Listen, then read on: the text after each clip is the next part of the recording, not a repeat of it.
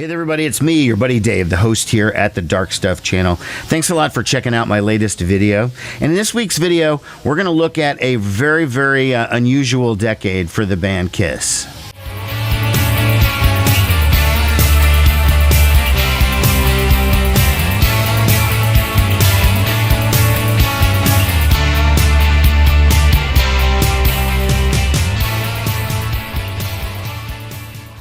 For this video, I'm going to attempt a catalog ranking of Kiss records from the 1990s. Now, I just wanted to look at the recorded output of Kiss in that decade.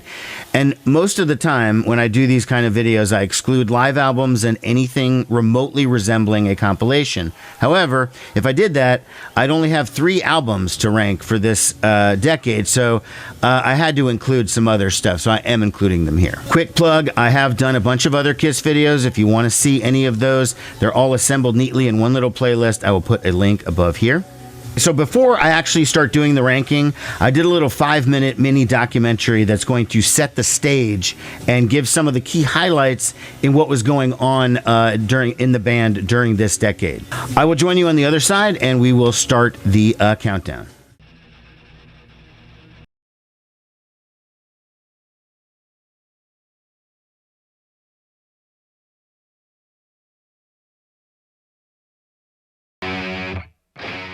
(1990). Kiss was entering its 3rd decade as a band, and I was entering my 2nd decade as a fan. Kiss's 3rd decade could easily be defined as the highest of highs and the lowest of lows. The decade started strong. 1989's Hot in the Shade album had yielded the band's first top 10 single in a decade with Forever. The success of that ballad opened bigger touring opportunities, and the Hot in the Shade tour was extended throughout 1990. The tour did extremely well at the box office, with Kiss selling more tickets than they had since the late 70s. Both the band and the fans acknowledged this was the best Kiss had been in years. And then tragedy struck. In more sad news, on Sunday, Kiss drummer Eric Carr died of cancer at age 41 in a New York hospital. Last May, Carr was diagnosed with a heart tumor, which ultimately spread to his lungs. His last public appearance was at the 1991 MTV Video Music Awards in September. 2 days later, Carr suffered a brain hemorrhage and had been hospitalized ever since. Carr replaced original Kiss drummer Peter Criss in 1979 and had been recording with Kiss until a few months ago. In 1991, drummer Eric Carr was diagnosed with a rare type of cancer that affected both his heart and lungs. He spent most of that year in and out of the hospital. With Carr sidelined, the band went into the studio with drummer Eric Singer. Singer had previously played with Alice Cooper, Lita Ford, Black Sabbath, and numerous others. More important to this story, however, is that he was Paul Stanley's drummer on his 1989 solo tour. On the drums, one of the 2 best drummers I know named Eric. From Black Sabbath and from Jakey Lee's Badlands, on the drums, Eric Singer. Initially, he was supposed to be a mere fill-in for the studio sessions. However, when Eric Carr died in November 1991, the band named Singer as his official replacement. Carr had replaced Peter Criss, the original drummer with Kiss, in 1979, and had been recording with the band up until a few months ago. He has been replaced in the Kiss lineup by former Cult drummer Eric Singer. The times surrounding Eric Carr's sickness and his untimely death are still somewhat controversial in Kiss circles. It was over 30 years ago, yet there are still conflicting stories as to what happened at the end of Carr's life. Had he been fired from the band while in the hospital? Or was his job in Kiss secure, with the band assuming he would fully recover and return? I can't settle that debate here, though I have some strong opinions on the subject. The band's first studio album of the decade, 1992's Revenge, brought back Destroyer producer Bob Ezrin, as well as former guitarist Vinnie Vincent, who returned to co-write some songs with Gene and Paul. Despite making a strong album that the fans liked, the album sold poorly, and the subsequent tour was a mixed bag. It wouldn't be too much longer until Kiss reunited its original lineup. It began in August 1995. At first, it was just Ace and Peter making a guest appearance on Kiss's MTV Unplugged episode. Gene, Paul, Bruce Kulick, and Eric Singer did a fantastic acoustic set. The song selection was unique and the performances were exceptional. It should rank as one of the finest unplugged episodes in the history of the show for that alone. But when Ace and Peter walked on stage for the encores, it overshadowed everything. The overwhelmingly positive response the fans gave to seeing the original four back together again made a full-blown reunion pretty much inevitable. The non-makeup era of Kiss was over. The Demon, the Spaceman, the Catman, and the Star Child had returned. You know how the Grammys used to be, all straight-looking folks with suits, everybody looking tired, no surprises. We tired of that. We need something different, something new. We need to shock the people. So let's shock the people.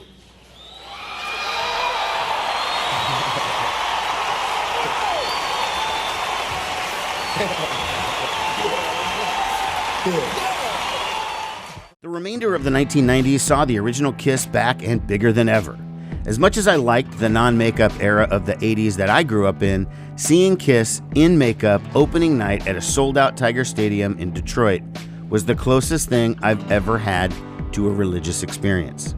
After 3 successful reunion tours and 1 new studio album, Kiss was scheduled to call it quits at the end of its 1999-2000 farewell tour. Well, folks, it's 2023 as I'm recording this, and Kiss is still touring. The band's final shows are now scheduled for December 2023 at Madison Square Garden in New York City. There's 6 albums to rank, so let's go ahead and start with number 6. Till you lose all intuition. Come on! In most rankings, my album at number 6, You Wanted the Best, You Got the Best, would probably not be included, okay? Because it's a live record. It features 80% of stuff that has already come out before. It's cuts from Alive and Alive 2. This is essentially a cash grab released after the Kiss reunion in 1996 to sort of try and grab some of that momentum with something new. But I included it because there are 5 never released live tracks on here that make it kind of worthy of having, because they are actually pretty cool. There's a couple of cuts from 1975 that were recorded that were sort of left over from the sessions that they used for Alive. There's another track where they left over from Alive 2. And then there's another track which was done in 1980, which actually features Eric Carr on drums, which I think is cool, but sort of bizarre that they would include it on something where they're promoting the original lineup getting back together. I think it's cool because, first of all, I didn't even realize the band played songs like Room Service and Two Timer, which are the first 2 songs on side 1. And if they probably never played them past 1975. So I see why they didn't make it onto Alive. Let Me Know is also recorded that same time period, wasn't used. Then they kind of jump ahead to Take Me, and they do a live version of that from Los Angeles in 77. That also never before released. I did mention the recording of New York Groove. It's on side 3. It's the last song. It's the one that says featuring Eric Carr on drums. Like I said, I think that's odd to use. I love Eric, and I'm sort of glad he's included and stuff, but like, it is weird to do it on this kind of record. And the other thing is, at the beginning of the track, like, there's so much feedback going on. It's like just annoying for like the first like 45 seconds of the song. There's a distracting amount of feedback. It's like they really didn't have a better recording of that than that. And I mean, I can't believe they didn't have a recording of New York Groove from the Dynasty era that they couldn't have scraped up somewhere. Anyways, it's rare and it's never been seen anywhere else. So that's why this one comes in at my number 6.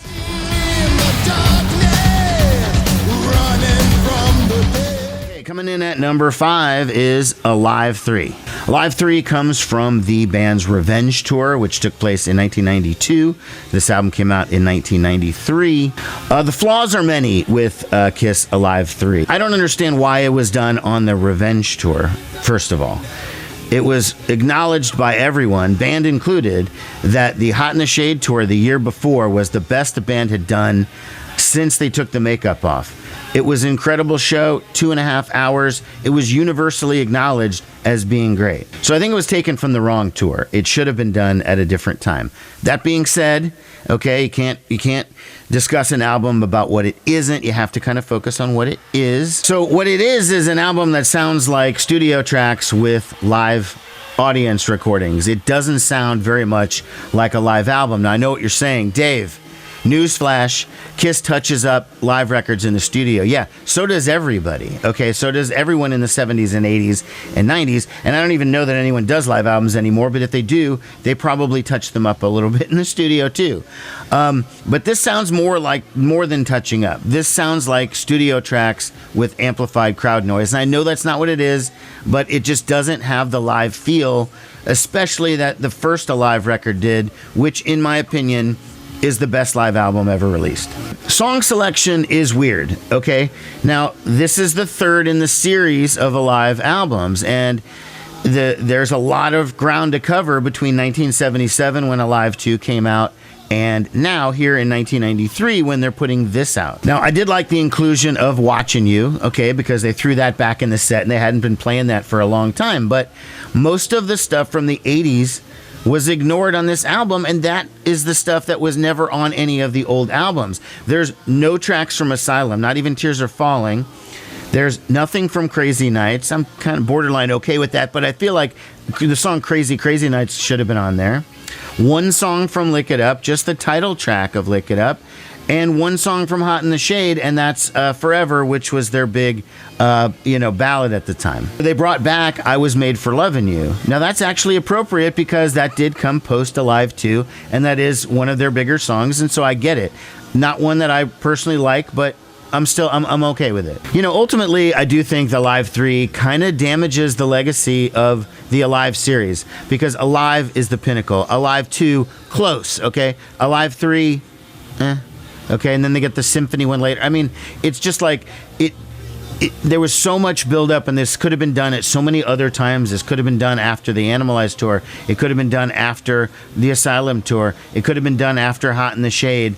Why it was done at the time it was done just is baffling to me. It's a strange sensation, out of control. Coming in at number 4, Psycho Circus. Check this out. Love this cover. This ventricular artwork or whatever.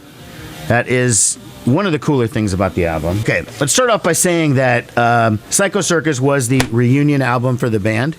Here's the double VHS, The Second Coming home video about the reunion tour. This was such a huge deal, and this was following the 96-97 reunion tour. Kiss re-entered the studio to do their first new album with the reunited band. Unfortunately, it did not turn out at all like what people were expecting or hoping for or desiring or anything. Supposedly the reasons why Psycho Circus was a reunion in name only in terms of the album had to do with a contractual or financial dispute. Of course, it always is with those guys. From Ace and Peter's perspective, they were paid, they signed a contract to rejoin the band, and it was for performances and appearances, and they seem to think that if they're going to make a new album, you got to kick me up a little bonus, an album bonus. I think the perspective of Gene and Paul, who represented Kiss at the time, was, no, this is an activity. This is part of your deal. You play on the album. So they were at a bit of an impasse. And the truth is, all 4 members of Kiss only played together on one song on the album. It's called Into the Void. It's Ace Frehley's song, and it happens to be the best song on the entire album. The album was produced by Bruce Fairbairn. Bruce Fairbairn, best known for working with Bon Jovi in the 80s. He had some big records with Loverboy. He worked with Black and Blue. He did a Blue Oyster Cult record. He did all sorts of stuff. From what I understand, Paul Stanley and Bruce Fairbairn clashed a lot in the studio. The album is a huge, disjointed mess. And the real problem is that the band can't decide whether they want to make a classic Kiss record or do they want to make a new, sort of modern Kiss record. Thematically, lyrically, they are doing the sort of classic Kiss thing. They're singing about partying and believing in yourself and all of the usual rah-rah-rah stuff that the old Kiss did. The problem is it's forced, and it doesn't sound all natural in almost any of the tunes except for Into the Void, Ace's track. Now, like I said, all 4 guys don't play on it. Future Kiss guitarist Tommy Thayer plays on it. Former Kiss guitarist Bruce Kulick plays on it. The drums are played by a guy named Kevin Valentine, except for the one track that Peter's on. So again, it doesn't sound like a band at all. It starts off okay with the title track, Psycho Circus, which, by the way, you know, they were really hyping this new record, and they put out a 3D home video. Okay, this is a VHS tape that came with 3D glasses, and you put it in your VCR, play the video with the glasses. I can't find the glasses.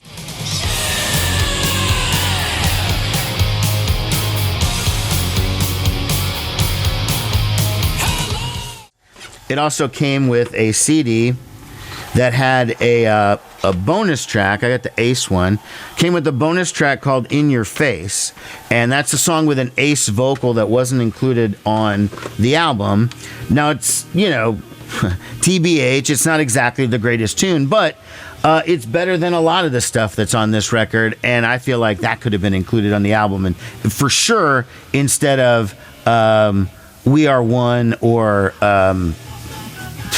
raise your glasses or whatever. Okay, but I digress. But yeah, it starts off okay with the song Psycho Circus. I kind of like that one. They played it live on that tour. It's not a bad song. Again, it doesn't sound like classic Kiss. It sounds more 90s to me than a sort of a classic Kiss feel. But again, it's an all right tune. It goes downhill fast. Within comes in next. It's a Gene song that sounds like a leftover song from the previous album, Carnival of Souls, and it turns out that it was.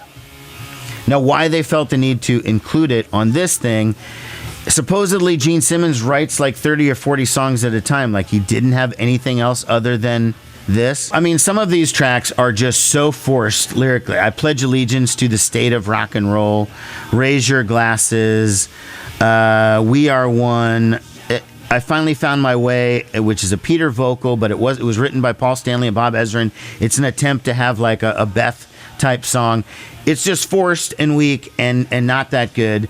The album closes on side 2 with another really awesome song called Journey of a Thousand Years. It's a Gene Simmons song that sounds nothing like anything Kiss had ever done before. I think it's one of Gene's best songs he's ever done. It's epic, it's majestic, it's totally unique in the entire Kiss catalog, and it's just thrown at the end and like ignored. Journey of a Thousand Years, incredible. Separated out from the disappointment of the fact that it's not a true reunion album, is Psycho Circus that bad? Yeah, kinda. I mean, the best songs, of course, Psycho Circus, Into the Void, Journey of a Thousand Years. You have those 3 songs, you don't need anything else. Again, they could have taken out any of those extras, thrown in that In Your Face. It's not even that good, but I mean, it's better than that stuff.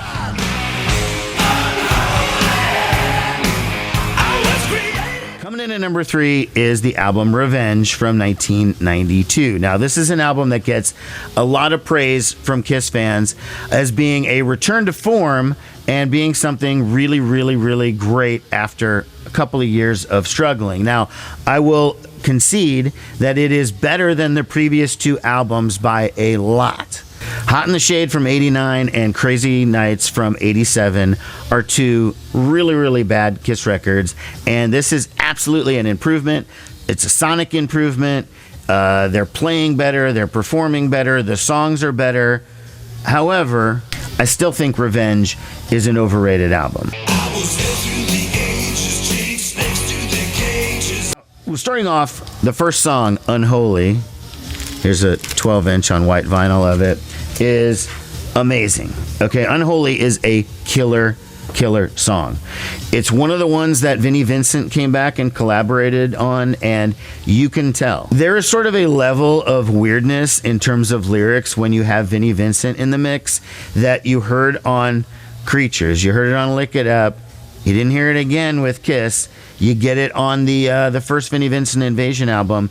He's just bizarre, but the guy can turn a phrase, okay, and he can come up with some crazy new ways of saying some twisted shit, okay. So there's a heavy Vinnie influence in the lyrics. The song is great.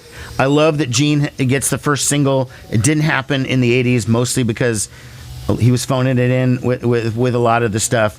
So those are all the positives, okay. That starts off awesome. Yeah, but unfortunately, it dips really, really quickly, okay? The next song, Take It Off, an attempt to have a strip club anthem like Girls, Girls, Girls by Motley Crue. Decent riff, good guitar solo, but the song is in fact terrible, okay? It is, let's put the X in sex level stupid. And I just don't need to hear any songs like that. I always skip it. Tough Love, terrible. They use that gang vocal thing, that gimme tough love. I mean, God, I hate that. It is awful. Skip that one.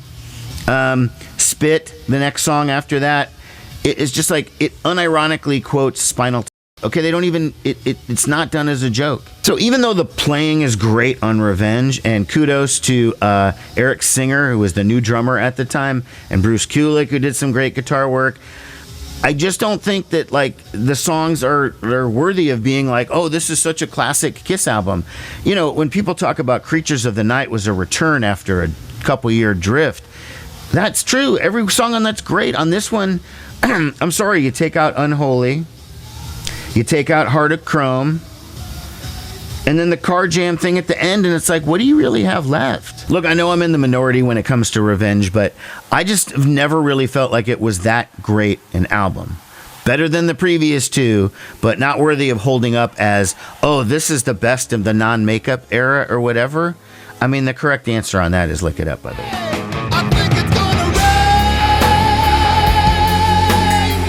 Okay, here's where it starts getting really crazy. Coming in at number 2, Carnival of Souls, The Final Sessions. Now, I know a lot of heads are exploding right now. There's the CD that, oh my God, how could you put Carnival of Souls ahead of Revenge? How could you put Carnival of Souls ahead of Alive 3, you know? How could you put Carnival of Souls ahead of Psycho Circus? I did it, and it should be there. It deserves to be there. The album is the last album of the non-makeup era of the band, hence the Final Sessions. It was initially scrapped because the reunion happened. So they were recording this up until December of 1995. And if you saw the in my little doc beforehand, Kiss appeared in makeup at the Grammys in February of 96. So 2.5 months or whatever after they finished this, the reunion was on and these guys were done. So the album was initially scrapped. The album is considered controversial and hated by a lot of people because of the thing Kiss is doing grunge, okay? And they were sort of trying to sound like Alice in Chains or Soundgarden, because that is the grunge they're going for, not grunge like Mudhoney and Nirvana. They're sounding more like the heavier side of grunge, Alice in Chains and Soundgarden. I think to dismiss the album out of hand because, one, they're chasing a sort of a current trend would overlook Kiss's career. Okay, so let's ignore the beginning when they were sort of doing the Alice Cooper meets Humble Pie meets Slade thing, and let's go into the 70s, right? When Rod Stewart was really big, Paul Stanley writes a song that sounds like Rod Stewart. They have Peter Criss sing it because his voice sounds more like Rod Stewart. Great tune. Is anyone like, that song sucks because it sounds too much like Rod Stewart? No. When disco was big, Kiss did 2 disco songs. When metal got heavy, they started getting heavy in like 82, 83, 84. They were doing metal records. Then by 87, the Bon Jovi and pop metal was big. They went to the pop metal thing. I mean, Kiss has been chasing trends for a long time, and they make things their own. So I don't really think in and of itself the fact that they were doing that and they adopted a darker sort of lyricism is a big deal at all. Yeah, there's no party songs, there's no sex songs, but there are lots of chunky riffs, lots of tuned down guitars, and there are dark lyrics. Now that may be a little bit more out of character for Paul Stanley, but it's not so much for Gene Simmons. He's had darker songs before. What about Unholy, War Machine, Mr. Blackwell? That's just 3 off the top of my head. The record's a real tour de force for Bruce Kulick, I'll say that. He plays a heavy role on it. Eric Singer does too. Producer is a guy named Toby Wright, and it has a little bit of a flat sound, and that might be again because they didn't invest much in the mix, because after they completed it, there was really not much of an intention to release the album, I don't think. Okay, notable about the album is it does feature Bruce Kulick's lone lead vocal on the song I Walk Alone. It's the final song on the album. Song's okay. I mean, I'm not going to be like, oh my God, Bruce was robbed. He should have been having vocal. No, I mean, it's a good song, but I mean, I'm not ready to rewrite history and say that Bruce should have been doing more songs. Maybe he should have, but I don't know. Paul does get a ballad in there. Of course, he fits that ballad in there, of course, with the acoustic I Will Be There. Now, it's not exactly the typical sort of Paul-sounding ballad. It's not a favorite of mine, but it is different than what he usually does, and different than really anything he's done. So it is a unique take on the ballad, but of course Paul has to have something like that on there, just because that's a requirement. Paul has to do a ballad. Even though I do like the album better than I like Revenge and better than I like Psycho Circus, I'm not saying it's flawless. It does get a little repetitive. The second side is just not as good as the first side, in my opinion, for the most part. I would say my favorite songs are right off the bat at the beginning. Hate, Rain, Master and Slave, all great. It Never Goes Away on the second side is also really good. I guess the last thing I would say about Carnival of Souls is if you heard the album once in the 90s and then just haven't heard it again since then, give it another chance. I felt the same way you did for decades. Only recently have I reevaluated Carnival of Souls and realized that it wasn't nearly as bad as I thought. There's actually some really enjoyable stuff. And Rain, Master and Slave, Hate, they're the three excellent tunes. Proud of your planet, oh mommy, proud of your son. Okay, so at this point you probably deduced what number one is, and that is MTV Unplugged. Okay, and I've even got the old VHS, okay, featuring the concert. Now, I do have to say that I like this album a whole lot more when I can watch it on screen. Okay, I do enjoy it, despite the fact that I think that Gene had kind of a questionable look. I never liked that Revenge era look where he had the black with the short, like the sleeveless vest and like a black t-shirt with the facial hair. I always thought he looked weird there. But anyways, that's a side note. MTV Unplugged is notable for a number of reasons, but number one is because it did bring out the reunion of the original four members. Now, the set of MTV Unplugged, and therefore the album MTV Unplugged, is 90% featuring the current version of the band. So it was Gene Simmons, Paul Stanley, Eric Singer on drums, Bruce Kulick on guitar. They do 90% of the show. I love this album and was so impressed with Kiss's performance on it, okay? First of all, incredible song selection. Incredible song selection. Kiss is never known for pulling out the rarities, the obscurities. They don't like doing that in their concerts. But at this point, they did. They open up with Coming Home off Hotter Than Hell. They don't play that. Plaster Caster. Never been played before. Going Blind. To my knowledge, never been played before. Do You Love Me? Big song. They always play that. Next up is Domino. I would have preferred they not include that one. I know people seem to like that one. It was a cut-off Revenge. I don't care for it too much.